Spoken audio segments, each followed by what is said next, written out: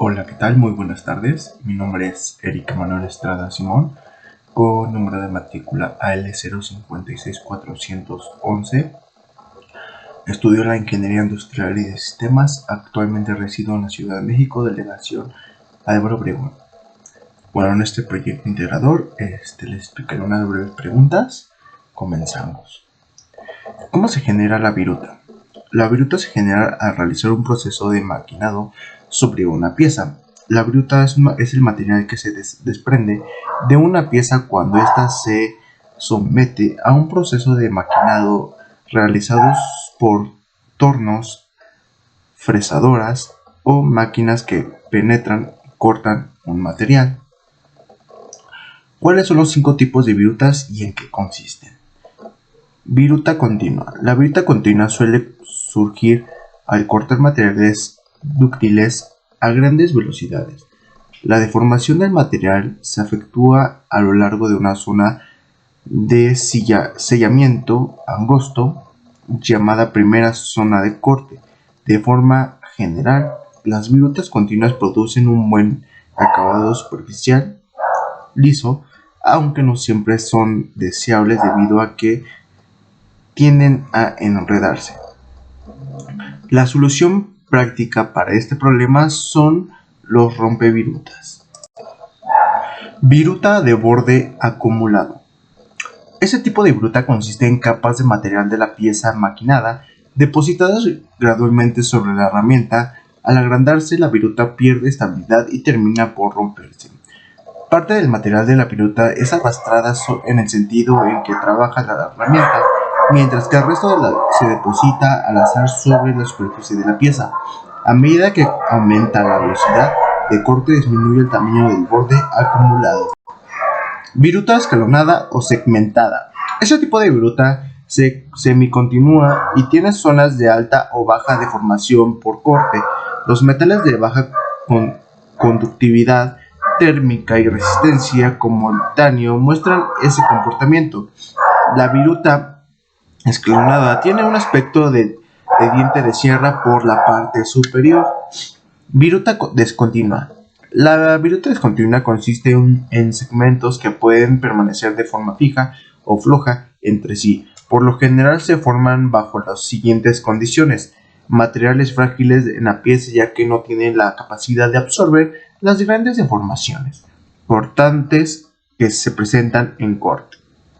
Materiales de la pieza que contienen inclusiones o impurezas duras, velocidades de corte muy bajas o muy altas, grandes profundidades de corte, falta de un fluido de corte eficaz, viruta de forma de rizos. Este tipo de virutas desarrollan una curvatura al salir de la superficie de la pieza, que por lo general se conforman de aceros blandos, cobre, plomo, estaño y algunos materiales plásticos. ¿Cuáles son las consideraciones para elegir los datos de corte correctos?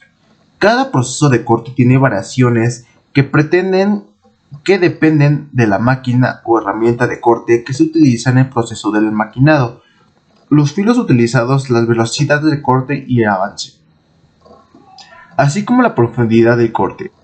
Dichas variaciones dependen del material que se está trabajando y del acabado que se requiere. Sin embargo, para lograr un acabado en particular, se emplean los dados de corte. Existen ciertas consideraciones para elegir los dados de corte correcto y algunas de ellas son: calidad de la superficie. Para lograr la calidad deseada en la superficie a cortar se puede elegir entre varias herramientas con diferentes filos. Las herramientas con plaquetas de corte industrial están fabricadas de un material con mejores propiedades, como el acero, el carbono o cerámicas. Este tipo de herramientas son más duras que las que permiten cortar materiales con propiedades mejoradas y resistencias térmicas elevadas.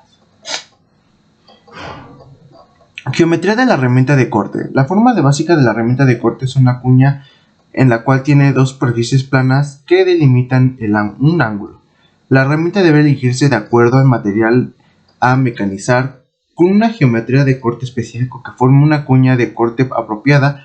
Lo anterior con la correcta velocidad de corte asegura el flujo óptimo de la vitura y el mecanizado rentable de la pieza, que obtendrá la calidad y la superficie requerida. ¿Por qué son necesarias la fuerza y la potencia? La fuerza y la potencia son de las herramientas son necesarias para llevar a cabo las operaciones de maquinado, tales como el torneado, fresado, taladrado, limado. En la actualidad, las herramientas y las máquinas de corte son más eficientes debido a que sus filos son más fuertes. La potencia es la fuerza realizada en un lapso de tiempo y generada por cualquier proceso que involucra los movimientos. Se debe conocer la fuerza y la potencia ejercida por cada una de las herramientas con el objetivo de determinar si son adecuadas para la operación a realizar y el tipo de material a trabajar. Dicha información se puede conocer por medio de las fichas técnicas de cada equipo. Muchos valores utilizados para establecer la fuerza y la potencia se encuentran predeterminados por los fabricantes de herramientas y productor. ¿Qué es el acero? El acero es un metal que se encuentra en la naturaleza en estado puro. Es una aleación de hierro con una cantidad de carbono variable entre el 0,088% y el 2,110%. Normalmente se encuentra entre el 0,2% y el 0,3%. ¿Qué es la resistencia del desgaste? Resistencia al desgaste. Uno de los rasgos más importantes del metal es una resistencia al desgaste. Cuando dos superficies se deslizan en una contra la otra, el metal es removido en ambas partes. Cuando el trabajo es bajo, se quitan granos individuales de metal y a este fenómeno se le conoce como fricción. Si el trabajo entre las dos superficies es elevado, se quitan agregados de los granos. Este proceso es mejor conocido como el nombre de abrasión. Ambos fenómenos, la fricción y la abrasión, son pérdidas de material de la superficie y contribuyen al desgaste. La resistencia del desgaste es la oposición que ofrece un material a dejarse erosionar cuando ésta entra en contacto de fricción con otro material. Esta propiedad permite que el acero se use como herramienta de corte. ¿Por qué el acero al carbono es considerado como el metal más duro del mundo? El acero al carbono es considerado como el metal más duro del mundo. Este acero tiene 0,03% de carbono y se utiliza para elaborar palas y arados en la industria agrícola. ¿Qué es un tratamiento térmico? Un tratamiento térmico es el conjunto de operaciones de calentamiento y enfriamiento bajo condiciones controladas de temperatura, tiempo de permanencia y presión con el fin de mejorar sus propiedades mecánicas como fuerza, dureza, resistencia y elasticidad, sin variar la composición química del material sometido a este proceso. ¿En qué se aplica el revenido? El revenido se aplica en aceros previamente templados, como el objetivo es disminuir los efectos del templo, conservar parte de la dureza y aumentar su tenacidad. La temperatura del revenido se debe escoger de acuerdo al uso de lo que dará la pieza, pero sin llegar a la temperatura de fusión del acero. Se realizan tres tipos de revenido de acuerdo a las temperaturas que se utilizan: temperaturas bajas, temperaturas medias y temperaturas altas. ¿Qué es la cementación?